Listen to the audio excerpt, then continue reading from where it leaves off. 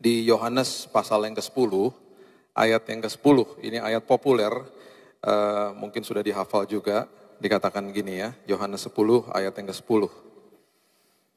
Pencuri datang hanya untuk mencuri dan membunuh dan membinasakan. Aku datang, Yesus datang, kita barusan merayakan Natal, aku datang, aku tiba di bumi ini dengan wujud manusia, aku datang supaya mereka mempunyai hidup, supaya kita ini mempunyai hidup, dan mempunyainya dalam segala abundance atau kelimpahan.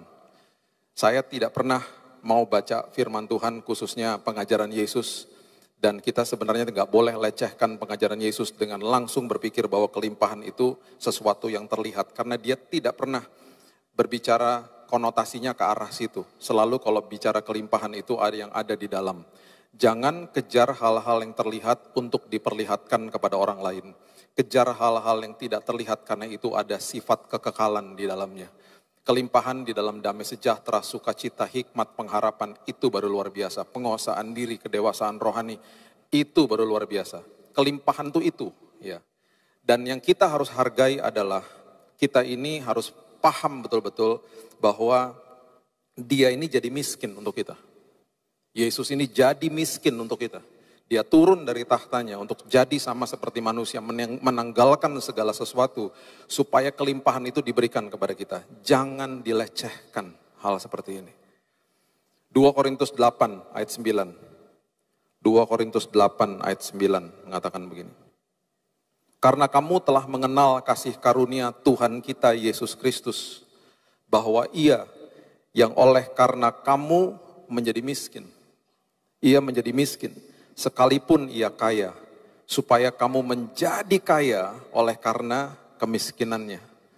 Jadi ketika kita menikmati yang namanya damai sejahtera, sukacita, menikmati yang namanya kelimpahan di dalam sini, kita harus ingat, Dia turun dari tahtanya untuk membuat saya seperti ini. Sangat kerdil rohani sekali kalau kita masih kejar hal-hal yang seperti jabatan, status, ketenaran, uang, harta, dan lain sebagainya. Saya nggak pernah menentang hal-hal seperti itu. Itu semuanya ditambah-tambahkan ketika kita menjadi pengelola yang hebat. Itu semuanya sekunder. Bagi kita primer itu yang ada di dalam sini, kelimpahan yang ada di dalam sini. Ketika itu yang terjadi, akhirnya akan mengakibatkan mata rohani kita terbuka. Saya ulang, semua yang kita terima dari Tuhan, kelimpahan di dalam sini akan membuat mata rohani kita terbuka. Dan itu yang kita butuhkan di tahun ini khususnya. Karena sudah banyak orang menyerah, banyak orang stres, banyak orang depresi karena mata rohaninya tidak terbuka. Mereka berhidup dengan mata jasmani, dan itu pun mereka selalu ragu-ragu, dan itu sebabnya akhirnya semua pemberitaan firman Tuhan, semua yang Yesus ajarkan jadi mentah. Akhirnya jadi mentah. Ya. Ibrani pasal yang ke-11, ayatnya yang ke-8. Ini adalah kisah tentang Abraham yang berangkat dari kota namanya Ur, Mesopotamia, yang sekarang jadi Irak. Dia pergi ke sebuah tanah perjanjian yang dijanjikan sama Tuhan. Di situ nanti cikal bakal bangsa Israel akan timbul dan muncul karena seseorang yang melakukan perjalanan ini. Dan Alkitab dengan jelas mengatakan, Ibrani 11 ayat 8, karena iman Abraham taat. Karena iman Abraham taat. Ketika ia dipanggil untuk berangkat ke negeri yang akan diterimanya menjadi milik pusakanya, lalu ia berangkat dengan tidak mengetahui tempat yang ia tujui. Jadi Tuhan hanya kasih arahnya, tempat tujuannya nggak dikasih tahu. Tuhan hanya kasih tahu arahnya di tahun ini, nih loh nak, arahnya ke sini. Ujungnya nggak dikasih tahu dan nggak kelihatan. Tapi dia berangkat juga, dia berangkat dengan iman tanpa mengetahui kota yang ia tujui. Dan bahkan di ayat 9 dikatakan, karena iman, ia diam di tanah yang dijanjikan itu, seolah-olah di suatu tanah asing. Dan di situ ia tinggal di kemah dengan Ishak dan Yakub yang turut menjadi ahli waris janji yang satu itu. Dan bahkan kalau kita baca di perjanjian lama, Abraham ini dikatakan sebagai stranger in the land. Dia dikatakan bahwa dia adalah pendatang dan orang asing.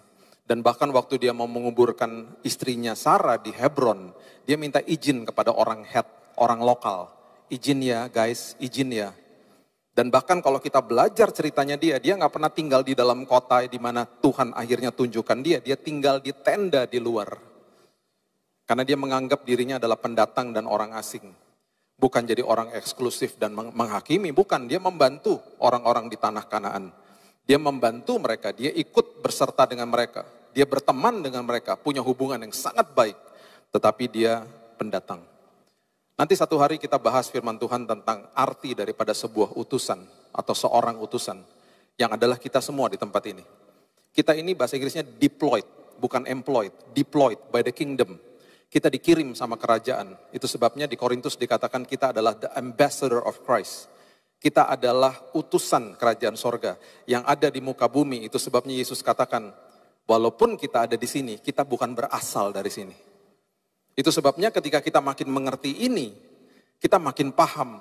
Walaupun hal-hal buruk terjadi di dalam dunia ini, ya memang karena dunianya sudah jatuh. Saya bukan berasal dari sini. Nanti satu hari saya akan dipanggil pulang ke markas besar, ke negara kerajaan tempat asal saya. Semuanya gitu, jadi kita ngerti selama saya di sini, tugas saya adalah menularkan budaya kerajaan sorga. Dengan semua kreativitas, talenta, kepribadian, dan semua karunia yang Tuhan sudah tetapkan dalam hidup saya. Jadi akhirnya paham, makin ngerti, makin merdeka hidupnya. Nah ini pelan-pelan mulai Tuhan ajarkan, dan waktu akhirnya Yesus hadir pun ada sebuah kisah yang sangat indah. Saya nggak punya waktu untuk bahas itu. Ada sebuah kisah yang sangat hebat, yang dari arah-arahnya juga mirip-mirip dengan Abraham, yaitu di arah-arah di situ ya, Irak, Iran yang sekarang itu datanglah orang-orang Majus. Dan orang Majus waktu mereka sampai ke Yerusalem, mereka tidak pernah tahu bahwa Yesus itu lahir di Bethlehem. Sampai mereka dikonfirmasi oleh Raja Herodes lewat para ahli Taurat yang membuka gulungan kitab-kitab nabi. Jadi bisa bayangkan mereka berangkat dari timur Yerusalem menuju ke Yerusalem. Sampai di sana mereka itu betul-betul tidak tahu, mereka mengandalkan sebuah tempat itu atau kerajaan Herodes itu untuk bertanya sama dia, di manakah raja yang baru lahir itu? Dan kira-kira mereka traveling itu sampai 2000 kilo. Nggak ada yang namanya kereta cepat, jalan tol, pesawat terbang, nggak ada. Mereka traveling 2000 kilo pakai onta, keledai sama kuda. Dan ada kemungkinan besar kalau secara konvensional mereka berjalan itu bisa sampai 1-2 bulan jalannya. Dan bayangkan mereka selama perjalanan sama seperti Abraham, gak tahu ujungnya seperti apa. Mereka berjalan dengan iman, mereka berjalan dengan mata rohani. Bisa bayangkan stafnya mereka nanya sama mereka. Dan ingat kalau kita belajar sejarahnya dan kita baca Alkitab dengan benar, orang Majus gak pernah disebutnya 3. Hadiahnya 3. Orang Majusnya gak pernah disebut 3. Kalau kita mau bilang mereka 3, oke, sah-sah saja. Kalau kita mau bilang 3, kita harus belajar juga sejarahnya waktu saat itu kerajaan-kerajaan kalau traveling satu raja atau satu orang Majus itu bisa 40 orang di dalam rombongannya. Itu sebabnya beberapa tahun yang lalu waktu saya kasih tahu pengertian ini kepada seorang gembala sidang, pagelaran Majus dibatalkan. Dia bilang gini, Pak, satu Majus aja bajunya jahitnya udah mahal. Kalau 40 satu rombongan, berarti kalau 3 Majus kan 120, tekor kas gereja Pak.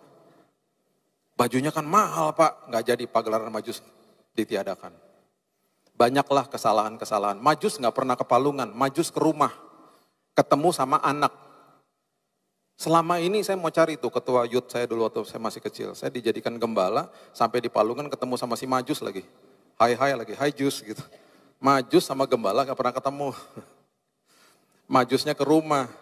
Dan Alkitab mengatakan dengan jelas dia ketemunya sama ibunya, sama Yesus yang sudah jadi anak. Yusufnya nggak disebut, ada kemungkinan Yusufnya udah lagi kerja tuh hari kerja. Mungkin Gojek atau apa nggak tahu. Dia nggak disebut. Itu banyak tuh kesalahan-kesalahan karena nggak dibaca dengan benar.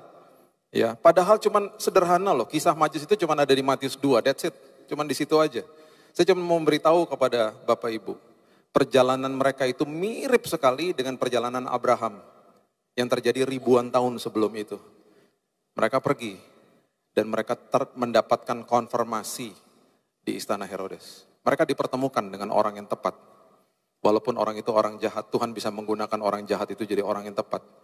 Untuk akhirnya memanggil para ahli Taurat, membuka kitab, gulungan-gulungan kitab yang ada nubuatan tentang hari itu. Karena mereka terkejut waktu mereka datang. Bayangin, rombongan besar ini datang ke istana Herodes. Dia tanya gini, mau ngapain guys? Mau cari raja yang baru lahir, bingung dia. Dia tanya sama seluruh Yerusalem, gak ada yang tahu, semua terkejut. Tuhan memberikan dia hikmat untuk panggil para ahli Taurat, untuk membuka gulungan kitab. Dan ketemu, ada di Alkitab kita, itu tertulis di Mika pasal yang kelima ayat yang kedua. Itu waktu mereka keluar, mereka pasti berteriak, ketemu bos. Ternyata bayi itu lahir di Bethlehem, 9 kilo dari situ. Gak terlalu jauh. Itu berjingkrak-jingkrak mereka pasti. Bayangin berbulan-bulan berjalan tanpa mengetahui ujungnya. Dan itu logistiknya luar biasa, mereka kaya soalnya. Sama seperti kita masuk ke dalam tahun yang baru, kita nggak bisa lihat ujungnya seperti apa. Saya mau beritahu kepada kita, saya sudah perhatikan bertahun-tahun, orang yang mata rohaninya dibuka sama Tuhan. Orang itu adalah orang-orang yang senantiasa tersenyum dan mengucap syukur. Orang-orang seperti itu selalu melihat hal-hal kecil itu jadi hal indah dalam hidupnya. Ada seorang drummer yang, saya ini kalau suka musik jadi saya ngikutin banyak musik lah ya. Ada seorang drummer namanya Mike Portnoy. Gak tahu di sini ada fansnya Dream Theater nggak? Mike Portnoy ini drummer, salah satu drummer yang sangat hebat lah. Dia satu hari dia berkisah begini. Waktu dia masih SMA, dia pulang ke rumahnya. Dia baru mendengar gurunya baru bilang sama dia, seize the day, hargai tiap hari. Lihat kebaikan Tuhan dalam hidupmu setiap hari. Karena banyak hal-hal indah kalau mata rohanimu terbuka. Jangan lihat masalah, jangan lihat hal-hal yang kamu bisa lihat secara fisik. Perhatikan hal-hal yang tidak terlihat. Dia pulang ke rumah. Seperti biasa anak SMA diajak main sama temannya. Temannya teriak dari depan rumah, Mike, let's go play. Sebelum dia keluar, dia teringat kata-kata guru itu, seize the day. Hargai hari lepas hari. Dia bilang sama temannya, tunggu dulu. Dia masuk ke dalam rumah. Dia ketemu mamanya dan dia peluk mamanya. Dan dia jarang lakukan itu. Dia bilang, Mom, I love you. I love you, Mom. Mamanya bingung. Kenapa nih anak tiba-tiba meluk dia? Habis itu dia pergi main. Di siang hari itu mamanya ada tugas. Pergi. Tugas pekerjaan. Mamanya pergi naik pesawat terbang. Dan pesawatnya crash, jatuh. Mamanya meninggal sore hari itu. Dia kalau lagi cerita tentang kisah ini, dia katakan begini. Hari itu, mata rohani saya dibuka. Saya lihat kebaikan seseorang yang akhirnya membuat saya, walaupun saya sedih, saya gak nyesel. Hari itu saya kembali ke dia dan saya peluk dia. We never know, kita gak pernah tahu. Banyak hal-hal indah yang Tuhan tempatkan dalam sisi kehidupan kita yang kita gak pernah lihat. Karena kita dibutakan, karena kita selalu iblis tujuannya untuk membutakan kita dari kebaikan Tuhan. Dan kita diperhadapkan dengan masalah, dengan problema yang kita lihat dan kita lupa bahwa banyak hal-hal indah yang terjadi di samping kita. Yohanes pasal yang ke-14, ada sebuah prinsip yang luar biasa. Yohanes 14 ayat yang ke-5, ini Tuhan atau Yesus sedang berdiskusi dengan Thomas dan dia katakan begini, ayat yang sangat-sangat hebat. Dikatakan begini, kata Yesus kepadanya, akulah jalan, akulah kebenaran dan hidup. Tidak ada seorang pun datang kepada Bapa kalau tidak melalui aku. Perhatikan kalimat-kalimat ini, aku jalan, kebenaran dan hidup. Yang dia sedang kasih tahu sama kita adalah gini, nak, masuk jalan sini. Tapi aku gak bisa lihat Tuhan. Aku gak dapat kepastian kalau suruh masuk jalan situ. Benar tuh Tuhan jalannya? Iya, masuk jalan sini. Tapi aku gak bisa lihat. Gak apa-apa, sama aku kan jalannya. Waktu kita masuk ke dalam jalannya dia. Di tengah jalan, kita akan diperlihatkan kebenaran demi kebenaran. Kita akan belajar kebenaran demi kebenaran. Setelah itu baru kita menikmati hidup yang berkelimpahan. Jalan, kebenaran, dan hidup. Sama dunia dibalik. Sama dunia dibalik. Dunia bilang apa? Nggak mau. Itu jalan aku nggak bisa lihat kok. Aku nggak punya kepastian di situ kok. Aku mau hidup. Dimulai dengan hidup dulu. Aku mulai dengan hidup. Sesuai dengan keinginanku, nanti di tengah jalan aku akan membenarkan caraku, baru aku cari jalannya. Wow, dibalik sama dunia. Dibalik sama dunia, karena apa? Orientasinya mata jasmani. Kalau kita ikuti yang Yesus ajarkan jalan kebenaran dan hidup, itu mata rohani. Tetapi sama dunia dibalik, sama iblis dibalik, itu adalah mata jasmani, nggak mau. Kalau sesuatu yang nggak pasti nggak mau. Saya akan hidup sesuai dengan apa yang saya inginkan. Nanti saya akan benarkan apa yang saya lakukan, baru saya cari jalannya. Sama seperti negara Amerika, berapa puluh tahun yang lalu. Kami nggak mau diatur sama kebenaran firman Tuhan. Ini negara didirikan di atas firman Tuhan. Kami nggak mau. Kami maunya apa? Kami mau cara kami sendiri. Kami mau LGBT disahkan. Kami mau supaya aborsi disahkan. Itu keinginan daging kami. Kami mau hidup seperti itu. Akhirnya apa? Mereka membenarkan cara mereka hidup. Dengan apa? Masuk ke dalam kongres. Minta sama kongres untuk apa? Untuk mensahkan dan melegalkan semua yang mereka lakukan. Disahkan kan hari ini? Perkawinan sesama jenis di semua provinsi, bahkan boleh mengadopsi anak. Bayangkan anak-anak besar di dalam sebuah keluarga, dua-duanya pria, dua-duanya wanita, itu diperbolehkan di sana. Makin bejat moralnya. Mereka cari hidupnya, mereka tentukan hidupnya seperti itu, mereka benarkan, baru mereka cari jalannya. Dan orang-orang seperti itu akhirnya hidupnya stres, karena nggak pernah jalan pakai mata rohani. Itu sebabnya, coba lihat ini, Yesaya 9 ayatnya yang ke-6. Bagi saya firman Tuhan itu buat nagih bagi saya. Saya tuh kalau baca firman, nggak itu di pesawat, nggak di mana gitu ya. Saya tuh suka merinding sendiri, suka sampai hari ini masih suka sering nangis kalau baca firman. Ini beberapa minggu yang lalu Tuhan bukain ayat ini dengan korelasi yang dia katakan. Dia bilang ini, Bill, baca ini Bill. Udah gitu nanti kamu lihat nih apa yang terjadi. Coba lihat ini. Yesaya. Itu bagi saya adalah Injil di Perjanjian Lama. Apalagi Yesaya 53. Waduh, itu kalau kita baca tentang Christmas ya misalnya. Kita kan hanya terpaku misalnya Matius sama Lukas saja. Karena cuma 2 kitab itu yang menjelaskan tentang kelahiran Yesus. Kelahiran Yesus itu sudah dibentangkan di Perjanjian Lama. Bahkan ratusan ayat-ayat tentang kelahiran Yesus. Bahkan kalau kita mau lihat, itu kelahiran Yesus itu dibentangkan dari Kejadian sampai Wahyu. Di Wahyu juga ada. Oh ada. Yohanes satu-satunya murid yang tidak mati martir menulis tentang sesuatu yang sudah terjadi.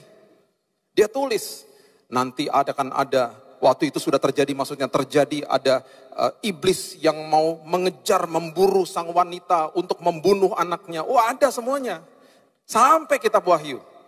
Jadi kedatangan Yesus itu luar biasa. Nah kitab Yesaya di ayat 9 ayat 6 dikatakan begini. Sebab seorang anak telah lahir untuk kita. Kita sudah sering baca ayat ini. Seorang putra telah diberikan untuk kita. Lambang pemerintahan ada di atas bahunya. Namanya disebutkan orang. Perhatikan nama ini. Penasehat ajaib. Allah yang perkasa. Bapa yang kekal. Dan setelah itu dikatakan apa? Bapa yang kekal. Dan kemudian Raja damai. Perhatikan urutan-urutan ini. Perhatikan urutan ini. Waktu masuk ke dalam sebuah jalan yang tidak menentu, dia katakan begini, tenang, aku penasehat ajaib. Selagi kamu berjalan, kamu gak bisa lihat ujungnya. I am the wonderful counselor. Aku akan kasih kamu konseling, kamu akan dapat Roh Kudus yang ada di dalammu untuk memberikan kamu nasihat dan wejangan, penasehat ajaib. Waktu lagi kita jalan, kita menemukan kebenaran. Kebenarannya apa? Ternyata Allah saya adalah Allah yang perkasa, Bapa yang kekal. Dan setelah kita ngalamin kebenaran itu, kita mengalami hidup yang berkelimpahan. Dan hidup yang berkelimpahan itu adalah hidup yang merupakan penuh dengan damai dan sukacita. Karena dialah Raja Damai. Korelasinya dahsyat. Korelasinya luar biasa. Dan itu sebabnya dia katakan, aku nih jadi miskin supaya kamu jadi kaya. Ketika kamu masuk ke dalam jalan itu, kamu berteriak, Tuhan, ujungnya gak kelihatan Tuhan. Tenang, aku adalah penasehat ajaibmu. Buka mata rohanimu. Saya berikan 4 contoh ini ya, supaya Bapak Ibu mengerti. Yang pertama, ini levelnya ya, saya tutup dengan 4 level ini ya. Ketika mata rohani dicelikan sama Tuhan ya.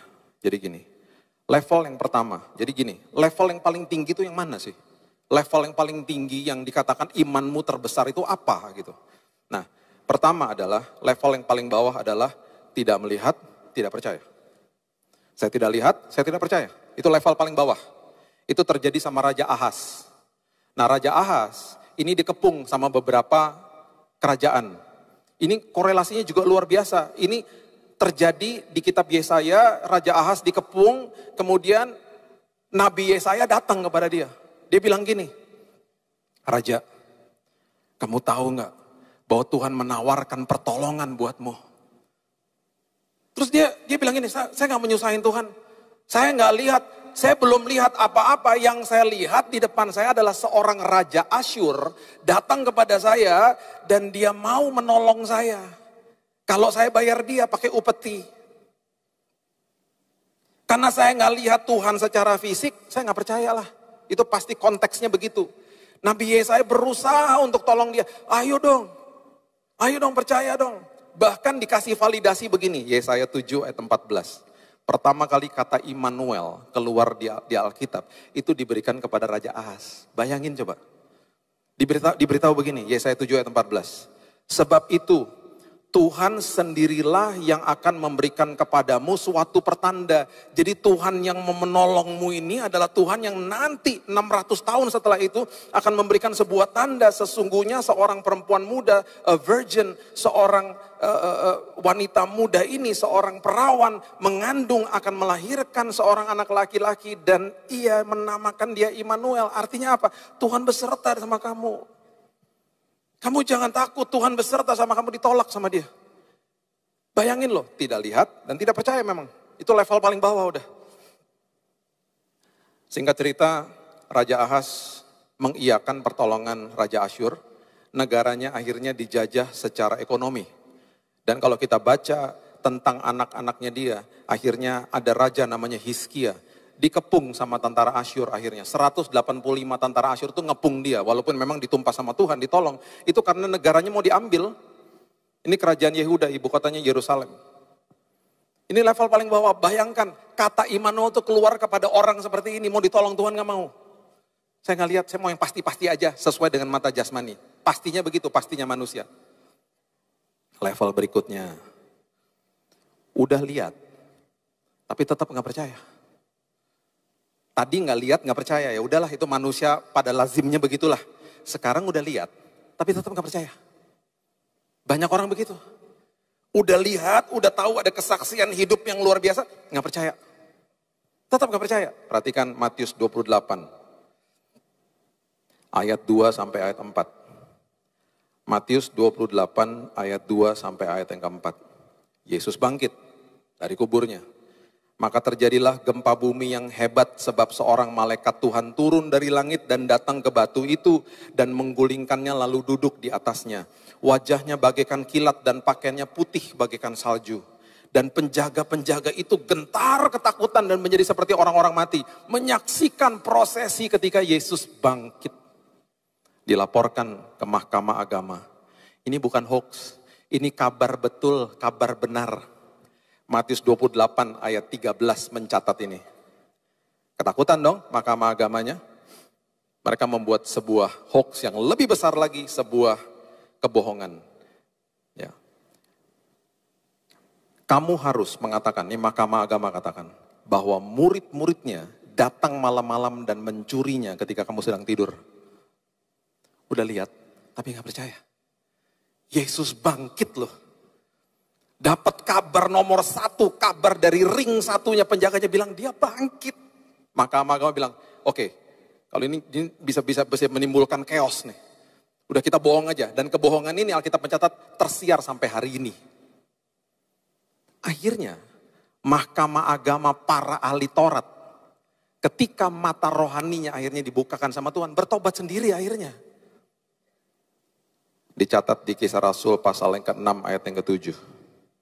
Kisah Rasul pasal yang ke-6 ayat yang ke-7. Firman Allah makin tersebar, jumlah murid di Yerusalem makin bertambah banyak, juga sejumlah besar imam menyerahkan diri dan percaya. Setelah jamahannya Tuhan, lama-lama percaya akhirnya. Ketika mata rohaninya dibuka, percaya sendiri akhirnya. Lihat kebaikan Tuhan akhirnya. Itu sebabnya Yohanes 12 ayat 37 dan 38 mengatakan begini. Yohanes 12 ayat 37. Meskipun Yesus mengadakan begitu banyak mujizat di depan mata mereka, namun mereka tidak percaya kepadanya. Supaya genaplah firman yang disampaikan oleh Nabi Yesaya, Tuhan siapakah yang percaya kepada pemberitaan kami, dan kepada siapakah tangan kekuasaan Tuhan dinyatakan. Udah lihat gak percaya. Itu sebabnya ya, banyak orang akhirnya tidak ngeh sama hal-hal yang terjadi di sekitarnya. Ada seorang pemain biola namanya Joshua Bell, ini kisah nyata. Beberapa tahun yang lalu dia punya konser, kalau saya lupa kalau nggak di Washington DC, di New York. Konsernya tuh mahal lah, jutaan lah kalau masuk ke konsernya. Dia punya biola tuh dari tahun 1700. Jadi mahal memang, orang juga kalau ngerti musik mau lihat biolanya soalnya juga, dan mainnya bagus. Satu hari di malam ketika dia mau konser, dia iseng-iseng, dia turun ke subway, ke stasiun kereta bawah tanah. Dia turun ke situ, dia pakai topi, ya, dia main biola di situ. Sambil nunduk ini dia main biola. Itu katanya ribuan orang, kan turun naik subway kereta kan. Wah, ribuan orang lalu lalang di situ. Tiba-tiba ada seorang ibu yang sadar bahwa itu Joshua Bell.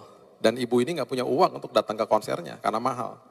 Dia liatin, dia deketin, kemudian dia gini, Joshua Bell. Joshua Bell yang ngangguk sambil main. Iya. Oh oke gitu. Dia satu-satunya ibu yang nonton konser gratis 40 menit. Di stasiun kereta bawah tanah. Dia cuma kasih tip $20 di situ. Di ujung dia cuma bilang gini, thank you. Gak ada yang tahu. Gak ada yang tahu. Tuhan itu hadir dalam hidup kita 24 jam. Seringkali kita gak sadar dia hadir karena kita komplain. Nanti bulan depan kita bahas tentang the power of thanksgiving. Kuasa daripada ucapan syukur. Kita diarahkan mata kita untuk lihat masalah sama iblis. Kita gak hargai hal-hal sederhana dalam hidup ini. Kita bahkan gak sadar dia hadir. Padahal dia selalu ada, gak pernah tinggalin kita. Itu Tuhan. Nah kemudian level yang berikutnya. Yohanes 20 ayat 29. Saya tutup sama ini ya. Yohanes 20 ayat 29. Dia katakan begini sama Thomas. Lihat, baru percaya. Tidak lihat, tidak percaya. Lihat, tidak percaya. Sekarang level yang ketiga, lihat, percaya. Ya itu sah-sah aja lah. Lihat, percaya ya sah-sah aja lah. Banyak orang lihat akhirnya percaya, makanya dia bilang gini, karena engkau telah melihat aku udah bangkit ini, maka engkau percaya. Ini level yang paling tinggi ada di ayat ini, di bagian kedua dia katakan begini, berbahagialah. Kata berbahagia itu artinya diberkati, makarios. Saya berani katakan di tempat ini, berbahagia dan diberkatilah kita semua yang ada di dalam tempat ini. Yang tidak melihat namun percaya. Itu level yang paling hebat. Kita nggak lihat Yesus secara fisik. Dan kita bilang, aku percaya Tuhan. Aku percaya Tuhan. Itu sebabnya iman yang dia katakan iman terbesar ada di ayat ini. Matius pasal yang ke-8, ayat yang ke-5 sampai ayat yang ke-10 mengatakan begini. Matius pasal yang ke-8 ayat 5 sampai 10. Ketika Yesus masuk ke Kapernaum, datanglah seorang perwira mendapatkan dia dan memohon kepadanya. Tuhan, hambaku terbaring di rumah karena sakit lumpuh dan ia sangat menderita. Orang ini orang Romawi. Dia paham prinsip kerajaan. Dia bukan orang Yahudi, dia bilang, ini hambaku terbaring di rumah karena sakit lumpuh, ia sangat menderita, tolong. Yesus berkata kepadanya, aku akan datang menyembuhkannya. I will come, saya akan datang, I will presently be there. Saya akan physically be there, saya akan secara fisik akan datang menyembuhkan dia. Tetapi jawab perwira itu kepadanya, Tuhan, aku tidak layak menerima Tuhan di dalam rumahku. Katakan saja sepatah kata, maka hambaku itu akan sembuh. Dengan kata lain, I believe in your words. Saya percaya sama firman-Mu. Engkau nggak usah hadir secara fisik. Firman-Mu sanggup menyembuhkan. Sebab aku sendiri seorang bawahan dan bawahku ada pula prajurit. Jika aku berkata kepada salah seorang prajurit itu pergi, maka ia pergi. Dan kepada seorang lagi datang, maka ia datang. Ataupun kepada hambaku kerjakanlah ini, maka ia akan mengerjakannya. Katakan saja. Dengan kata lain dia mengatakan begini, saya mengerti prinsip kerajaan. Karena dia dari kerajaan Romawi. Setelah Yesus mendengarkan hal itu, heranlah ia. Yesus heran kepada kita semuanya. Karena kita percaya walaupun kita nggak lihat. Dan berkata kepada mereka yang mengikutinya, aku berkata kepadamu sesungguhnya iman sebesar ini. Tidak pernah aku jumpai pada seorang pun di antara orang Israel. Dan ayat 13 dia tutup dengan begini. Lalu Yesus berkata kepada perwira itu, pulanglah, jadilah kepadamu seperti yang engkau percaya. Maka pada saat itu sembuhlah hambanya. Bapak Ibu yang datang hari ini mungkin dengan sakit penyakit. Saya percaya di dalam nama Tuhan Yesus. Dan engkau bisa katakan kepada tubuhmu, ada tertulis Tuhan, bilurmu sudah menyembuhkan aku. Terjadilah sesuai dengan imanmu. Terjadilah sesuai dengan imanmu. Saya tutup sama kisah nyata ini ya. Ini kisah tentang papa saya. Papa saya, semua orang pasti ada kekurangan. Ya, semua ada kekurangan.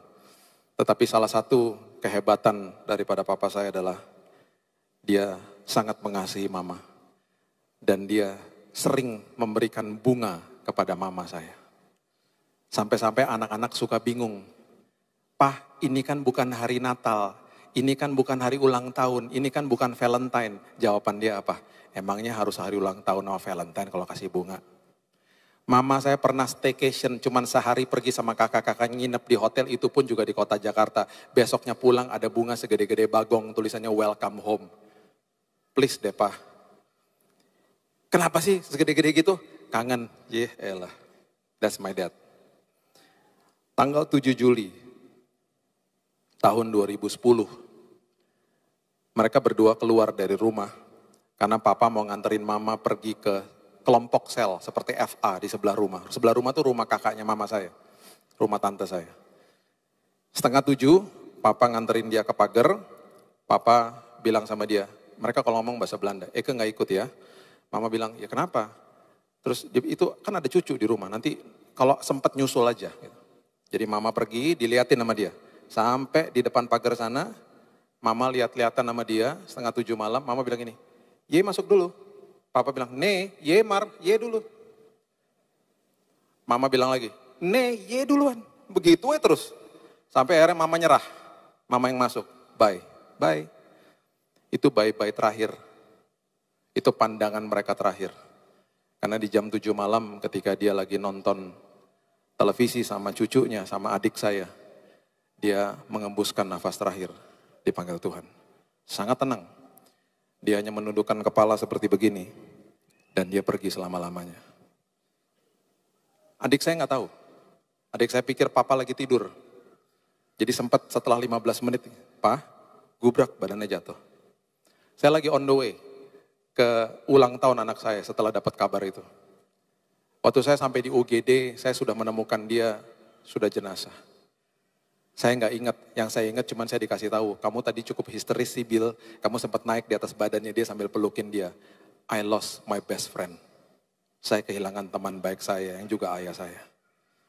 Yang saya mau saksikan kepada Bapak Ibu adalah ketika dia disemayamkan, yang datang adalah tukang bakso, tukang becak, tukang bajai, sama abang pos, tukang pos. Dan mereka katakan begini, Bapak ini adalah Bapak yang baik. Dia memperkenalkan kami kepada Yesus. Seumur hidupnya kita nggak pernah tahu dia suka nongkrong di pinggir jalan. Makanya mama suka bilang gini, kok pulangnya agak telat gitu. Rupanya suka nongkrong di pinggir jalan. Orangnya intim. suka ngobrol. Rupanya dia beritakan firman, dia lihat kebaikan Tuhan, dia selalu mau bagikan kepada orang lain. Yuk kita masuk ke dalam tahun ini, mata rohani kita dibukakan, dan kita disebutkan di firman Tuhan, kita adalah orang yang sangat diberkati. Karena kita percaya, walaupun kita tidak melihat. Berikan tepuk tangan kita kepada Tuhan kita. Haleluya. Bapak yang baik, terima kasih buat tahun yang baru. Seperti Abraham, seperti orang Majus yang berjalan tanpa tahu ujungnya seperti apa. Kami juga seperti mereka berjalan dengan iman. Kami percaya Tuhan, perjalanan kami dengan Tuhan akan membawa damai sejahtera, sukacita. Kami punya kekayaan yang luar biasa di dalam sini Tuhan. Karena kami berjalan bersama Tuhan. Menemui kebenaran itu dan menemui sebuah kehidupan yang berkelimpahan. Terima kasih Bapak yang baik. Aku percaya Tuhan di tahun ini yang sakit disembuhkan, pemulihan keluarga terjadi, merupakan tahun yang penuh dengan mujizat. Karena kami berjalan bersama Raja Damai, Raja atas segala Raja. Meteraikan firman ini Tuhan, dan kami akan pasti hidup kami penuh kesaksian. Hanya di dalam nama Tuhan Yesus. Kami sudah berdoa dan mengucap syukur, kita sama-sama katakan. Amin. Tuhan berkati.